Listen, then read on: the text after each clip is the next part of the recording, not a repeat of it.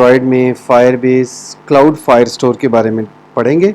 ये latest technology है और रिकमेंडेड है कि आप फायर स्टोर ही यूज़ करें। आप जब फायर स्टोर यूज़ करेंगे तो इसका यूज़र इंटरफेस आपको काफ़ी यूज़र फ्रेंडली भी लगेगा।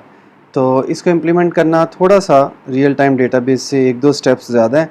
हम इनकी ऑफिशियल डॉक्यूमेंट पे जब जाते हैं फायर स्टोर की, तो सबसे पहले आपने यहाँ से ये डिपेंडेंसीज़ ऐड करनी है। अगर ये पहले से ऐड है, अक्सर ये ऐड होता है, लेकिन अगर आपको नहीं ऐड, जैसे कि मेरे प्रोजेक्ट में ये ऐड नहीं था, आप इसको कॉपी करेंगे। एंड्रॉयड के प्रोजेक्ट में ये दूसरी वाली बिल्ड ग्रेडल, जो मॉड्यूल की बिल्ड ग्रेडल होती है, इसमें आके यहाँ पे पेस्ट कर देंगे। ये देखिए मैंने पेस्ट किया हुआ है। उसके बाद आप यहाँ से जब इसमें कोई चेंजेस आती है ना, तो यहाँ पे सिंक्रोनाइज़ का बटन इनेबल हो जाता है, तो आप इसको सिंक्रोनाइज़ कर देंगे। प्रोजेक्ट में ये सिंक्रोनाइज़ हो जाएगी। उसके बाद आगे डॉक्यूमेंटेशन में क्या लिखा हुआ है, सीधा सीधा आपने कोड लिखना है। लेकिन कोड से पहले जब मैं अपना प्रोजेक्ट चलाता हूँ तो मेरे पास ये एरर आता है, टेक्स्ट फाइल एरर। ये मैंने आपके लिए स्क्रीनशॉट ले लिए। हो सकता है आपको ये एरर आए इनेबल मल्टीडेक्स, इसमें आपको इश्यूज़ भी आएंगे। इसको क्योंकि फ़िक्स करने के मुख्तलिफ़ तरीके हैं, आपके सिस्टम में शायद ज़्यादा कन्फिगरेशंस करनी पड़े। मुझे 3 जगह पे कुछ फ़ाइल्स ऐड करनी पड़ी। इसको ज़रा आप देख लें। Can not fit requested classes in a single dex file, ये 64 की का सपोर्ट का एरर है। इसको आप इनकी ऑफिशियल डॉक्यूमेंट से भी देख सकते हैं। मैं आपको बता देता हूँ मैंने इसमें क्या किया है। सबसे पहले मैंने इम्प्लीमेंटेशन यहीं पे इम्प्लीमेंटेशन एंड्रॉयड एक्स, और इसको भी आप ऐसे करके देख लें, एंड्रॉयड एक्स मल्टीडेक्स ये वाला वर्जन। पहले मैं कर रहा था 1.0.3, लेकिन उसके साथ मेरा प्रॉब्लम सॉल्व नहीं हुआ, इसलिए मैंने फिर ये 2.0.1 किया। उसके बाद मैं इधर ऊपर आया और मैंने ये भी लिखा मल्टीडेक्स इनेबल ट्रू। ये देख लें कहाँ पे लिखना है आपने, एंड्रॉयड डिफ़ॉल्ट कॉन्फ़िग, जहाँ पे ये मिनिमम एसडीके वगैरह सेट हो रही हैं, वहीं पे आपने मल्टीडेक्स इनेबल जो है वो ट्रू सेट कर देना है। इससे काम तो बन गया था, लेकिन सम टाइम आपको एंड्रॉयड मैनिफेस्ट में जाके ये भी लिखना पड़ता है, और आप इसको भी देख लें। एप्लीकेशन के ऊपर आप लिखेंगे नेम एंड्रॉयड मल्टीडेक्स एप्लीकेशन। तो ये आपको करना पड़ेगा। ये 3 स्टेप्स आपको मल्टीडेक्स के लिए करने पड़ेंगे। उसके बाद आपका प्रोजेक्ट जो है वो रन हो जाएगा। तो पहले स्टेप पे हम देखते हैं ये हमें क्या बता रहे हैं। कहते हैं कि सबसे पहले आप फायर स्टोर की के इंस्टेंस को गेट कर लें। तो आ जाएं आप अपने मेन एप्लीकेशन डॉट जावा में, और मैंने इसके लिए एक नया फंक्शन बनाया, फायर स्टोर टेस्टिंग। ठीक है, तो सबसे पहले यहाँ पे आके इसको पेस्ट कर दिया। फायर स्टोर अगेन एरर्स आएंगे, आप इंपोर्ट क्लासेस कर लेंगे तो क्लासेस इंपोर्ट हो जाएंगी, लेकिन अगर आपने डिपेंडेंसीज ऐड नहीं की तो ये क्लासेस इंपोर्ट नहीं हो सकेंगी। उसके बाद हैश मैप का फंक्शन है, आप इस हैश मैप को यहाँ पे भी लिख सकते हैं। एक ही बात है, आपने 3 वैल्यूज़ ले ली। बेसिकली ऑब्जेक्ट क्रिएट किया फर्स्ट, ये वहीं से मैंने as it is copy paste किया, कोई मैंने वैल्यूज़ चेंज नहीं की। उसके बाद ये कोड भी मैंने यहीं से कॉपी पेस्ट किया है, यहाँ से। ये सारा कोड आप इसी तरह कॉपी करें और यहाँ पे पेस्ट कर दें, ये वहीं से लिया हुआ है। अब आपने लिखना है db.collection यूज़र्स। मैंने पहले से ही वहाँ पे यूज़र्स के नाम की एक कलेक्शन बनाई हुई थी, अभी एक नया भी करके देख लेंगे। यूज़र्स की कलेक्शन में डॉट ऐड यूज़र, ये यूज़र जो है वो ये है। तो यहाँ पे आपने यूज़र्स के टेबल, जिसको हम कलेक्शन बोलेंगे, और जो रिकॉर्ड है ना उसको बोलेंगे डॉक्यूमेंट।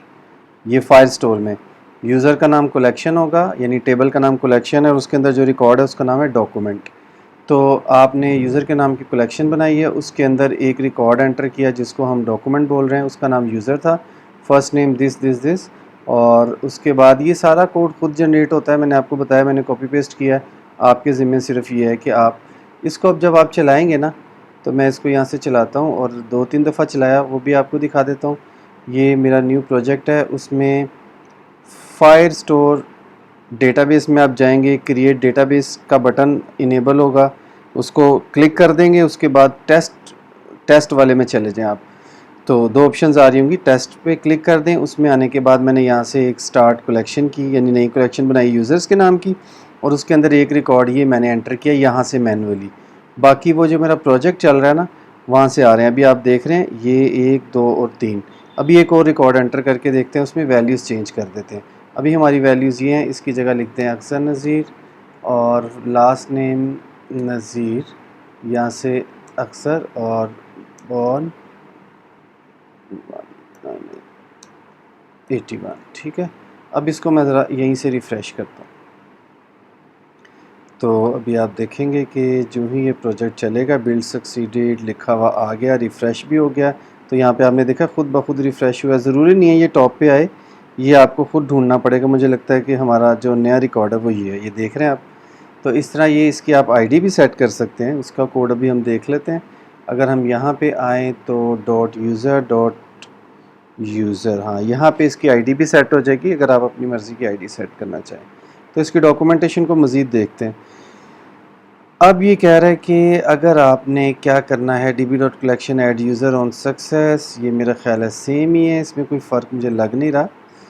तो देख लेते हैं, मे बी ये first name this, middle this और उसके बाद यूज़र्स। देखते हैं क्या वजह है, उन्होंने क्यों दोबारा दिया ये कोड।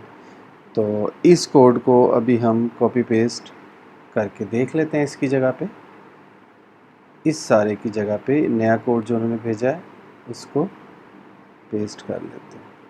मेरा ख्याल है यहाँ तक है हमारा कोड, ठीक है।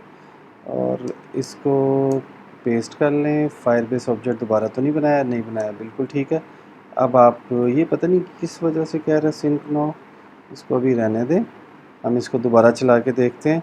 फर्स्ट नेम एलन मैथिसन ट्यूरिंग, तो ये वाकई एरर आते होते हैं, इनको मैं कमेंट कर देता होता हूँ। तो अब हम इसको दोबारा चलाएंगे। अब देखते हैं कि ये हमारे साथ क्या करता है। तो इसको अभी बिल्ड सक्सीडेड हो गई है। यहाँ पे देखते हैं रिफ़्रेश होगा, रिफ़्रेश इसको होने दें। मेरा ख़्याल है रिफ़्रेश हो गया है, जो कोड शो हो रहा है। अब हम यहाँ से देखते हैं, ये वाकई एक नया ऑब्जेक्ट हमारे सामने रिफ़्रेश हुआ है। मेरा ख़्याल है कोड में कोई चेंज नहीं थी। आगे चलते हैं, कोई नई चीज़ अगर ये बताते हैं। रीडिंग डेटा, तो db.collection के यूज़र से गेट करना है। वेरी सिंपल, इस सारे को कॉपी कर लें तो आपका डेटा गेट हो जाएगा। और ये log v की जगह हम ब्रेक पॉइंट लगा के देख लेते हैं, ठीक है। ये साथ साथ कलेक्शन सेट हो रही है और साथ ही हम क्या करेंगे, db.collection जो है वो डेटा रीड करने लग जाएंगे। ये हमें नहीं चाहिए और ये भी हमें नहीं चाहिए। जो हमें एरर आएगा उसको हम इंपोर्ट कर लेंगे। वेरी सिंपल, इसका मतलब है task dot gate result query snapshot भी हमें नहीं मिल रही। ओके, और क्या क्या चाहिए देखें, कहाँ कहाँ से एरर आ रहा है।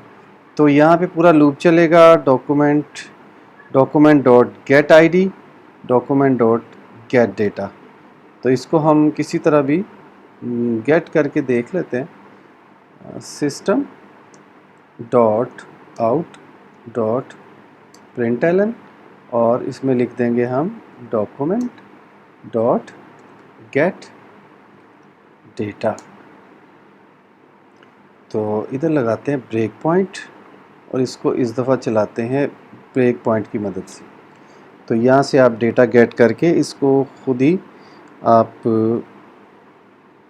ऐड कर लें लिस्ट में, और जो भी आउटपुट आती है वो लिस्ट में शो कर लें। अभी तो हम सिर्फ कंसोल पे देखना चाह रहे हैं।